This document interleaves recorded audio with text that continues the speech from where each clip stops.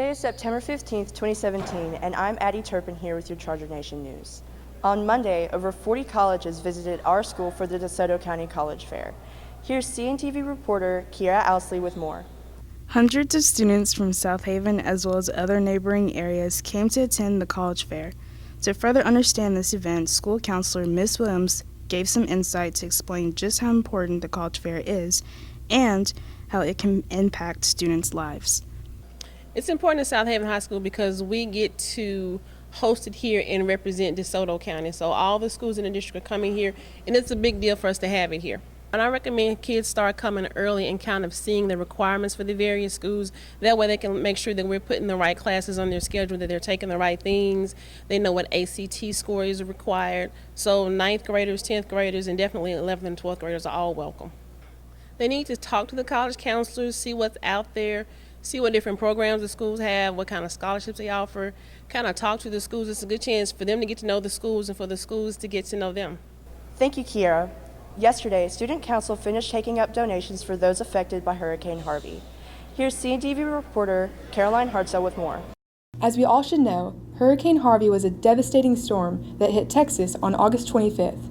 This Category 4 hurricane destroyed homes, leaving thousands of families displaced. About 30,000 people were seeking shelter, and over 450,000 people were getting assistance from the federal government for flooding. South Haven High School soon jumped into action to send provisions to the victims of Harvey. Well, there's just a dire need for people to, have the basic necessities, dry goods like socks and shoes and clothes and batteries, flashlights, anything that you think would be useful, like any type of safety kit, first aid kits. I just want to say thank you ahead of time because I know we have a lot of caring and giving people here at South Haven High School. The students have always given to things in the past that are greatly needed like this. This has been CNTV reporter Caroline Hartzell. Thank you, Caroline. Do you know what year the first class at South Haven graduated? This week, we sent out CNTV reporter Josh Britt to put your guesses to the test.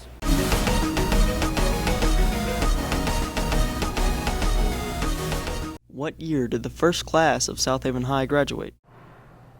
1976. 1972. What?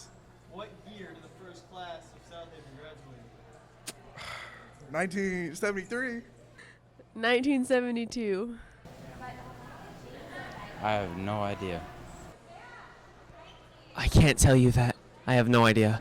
1972. I honestly don't know. This sometime in the 60s? You want to guess a year? 63. Class of 1912. I don't know. I'm just go with that. That's what I'll go with. 1973. I don't know. 1973. 1960. Wait, no, 1973. 73. It's on that poster. 1972. Could you look right behind you? Oh, 72. 1972. I was close. I knew it was on the poster. I just didn't know what it was. Thanks, Josh. This has been Addie with your Charger Nation News. And now, here's Vizarian with sports.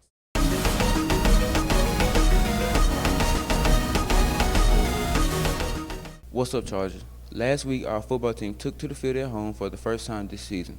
The crowd was not disappointed as the offense drew defensive interference early in the game and then went on to score 17 points.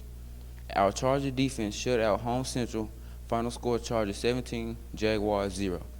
Chargers will go north tonight as they travel to take on Germantown High. The game begins at 7. Now to the court.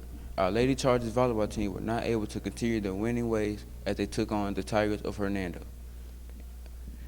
It was Jersey night, and the fans were hopeful as the Lady Chargers won the first 2 sets. However, the Tigers were not going to stay down as they rallied to take it to 5 sets and won 3-2. Our ladies will be back in action again next week at home against Olive Branch. Our South Haven cross-country team opened their season in New Albany. Our boys placed 3rd out of 10 teams. Congratulations to Ontarius Woodland, TJ Blackman, and Eric Fritz, who all placed in the top 10. On the girls' side, Aaron Fritz placed 8th overall. The team will be returning to New Albany on September 23rd to compete in the Southern Tees Invitational. That's all for sports. This has been CNTV Sportscaster Vazarian Hall.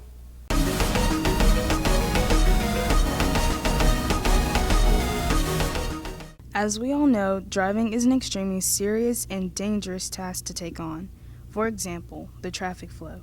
Dealing with traffic can be a hassle. Oftentimes, people get frustrated or angry when things don't go their way. This level of irritation results in road rage. Someone I don't even know is not worth my time, and they let them pass, let them go. And you hear so many days now about people shooting each other over road rage, and I'm not going to lose my life because someone's having a bad day. So just let them pass and move on. Besides keeping their calm behind the wheel, another responsibility for drivers is to remember the rules of the road and drive safely. Do not be distracted. Don't use your cell phone. Don't have your music playing as loud as you can. A lot of people, teenagers, have a tendency to be texting and driving, listening, talking on the phone, just being distracted. And at any given second, an accident can occur. According to SBS186.org, motor vehicle crashes are the #1 cause of death among teens in the U.S. And also by SBS186.org, the fatality rate for drivers aged 16 to 19 is 4 times that of drivers aged 25 to 69 years.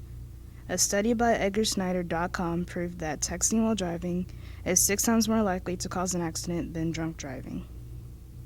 It just takes a few seconds to be courteous, to pay attention what you're doing as you're driving down the streets. Just because you have a driver's license, a piece of plastic that says you can drive, you don't own the street. It takes a second for an accident to happen. You should be able to maintain control of your vehicle at all times. Hey Charger Nation, it's time for your weekend weather. After a period of below normal temperatures, we are warming back up to our usual September temperatures. Today will be partially cloudy with a high of 86 and a low of 68. Saturday will be a high of 87 and a low of 70. Sunday will be sunny with a high of 88 and a low of 71. This is your CNTV weather anchor, Julia Magara.